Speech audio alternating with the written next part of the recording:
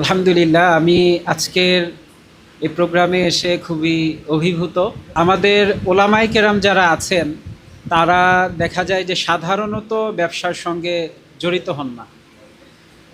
আমি একটা কথা ফেসবুকে শেয়ার করেছিলাম এখানে আসার আগে, যে আমাদের সমাজে ওলামায়ে কেরাম ততদিন পর্যন্ত মাথা উঁচু করে দাঁড়াতে পারবেন না যতদিন না তারা অর্থনৈতিকভাবে স্বাধীনতা অর্জন করবেন।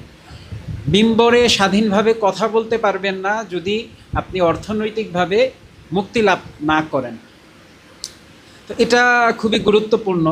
এবং এখানে আরেকটি বিষয় অত্যন্ত গুরুত্বপূর্ণ, সেটি হচ্ছে যে অনেক ওলামায়ে কেরাম দেখা যায় যে যারাও একটু ব্যবসার সঙ্গে আসেন, মসজিদ মাদ্রাসা লেখালেখি অন্যান্য খেদমতের পাশাপাশি ব্যবসাকে সমন্বয় করা এটা খুব কষ্টকর হয়ে দাঁড়ায়। তো এই ক্ষেত্রে আমি কিছুদিন আগে এখানে এসেছিলাম, আজকে তো আনুষ্ঠানিক উদ্বোধন, এর আগে এসেছিলাম এবং আলহামদুলিল্লাহ আমি এখান থেকে এক প্রকার সার্ভিসও নিয়েছি এবং অন্যদেরকেও রেফার করি এখানে আসার জন্য। তো আপনারা এখানে আসবেন। তো আমি এখানে আসার পরে একটা উত্তর খুঁজছিলাম যে শায়েখ এই ব্যবসা এবং দাওয়া এই দুটোর মধ্যে কিভাবে সমন্বয় করেন। তো যেটা এখানে আসার পরে শুনলাম যে আমাদের শেখ মুফতি মোহাম্মদ আলী হাফিজাহুল্লাহ তিনি ছাত্র জামানা থেকেই ব্যবসার সঙ্গে জড়িত।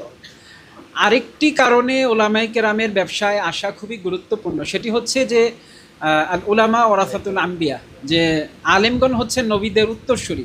রসুলুল্লাহ সাল্লাল্লাহু আলাইহি ওয়াসাল্লাম তিনি ব্যবসা করেছেন, তিনি ব্যবসার একটা আদর্শ আমাদের কাছে রেখে গেছেন। এখন আলেমগণ হচ্ছেন নবীদের উত্তরসূরি। আলেমরা যদি সর্বমহলে সর্বলাইনে না থাকেন তাহলে ব্যবসায় রসুলুল্লাহ সাল্লাল্লাহু আলাইহি ওয়াসাল্লামের আদর্শ কী ছিল? আল্লাহ তাআলা কোরআনে বলেছেন আহাল্লাহুল বাইয়া ওয়া হাররামার রিবা, যে তিনি আল্লাহ ব্যবসাকে হালাল করেছেন এবং সুদকে হারাম করেছেন। তো এটা আমরা কিভাবে শিখব? তো ওলামায়ে কেরাম যদি ব্যবসার মধ্যে আসেন এটা আমরা শিখতে পারবো। যেমন আমি একটি মাসালা নিয়ে এই শায়েকের কাছে একদিন আটকে গিয়েছিলাম কথা প্রসঙ্গে, যে স্বর্ণ এটা কিন্তু বাকিতে বেচা কেনা করা যায় না, এটা আমরা অনেকে জানি না, অনেকেই করছেন। কিন্তু এই লাইনে যদি আলেমরা না থাকেন এই মাসালা কিন্তু আপনি প্রায়োগিকভাবে শিখতে পারবেন না। তো এই কারণে এটা খুবই গুরুত্বপূর্ণ।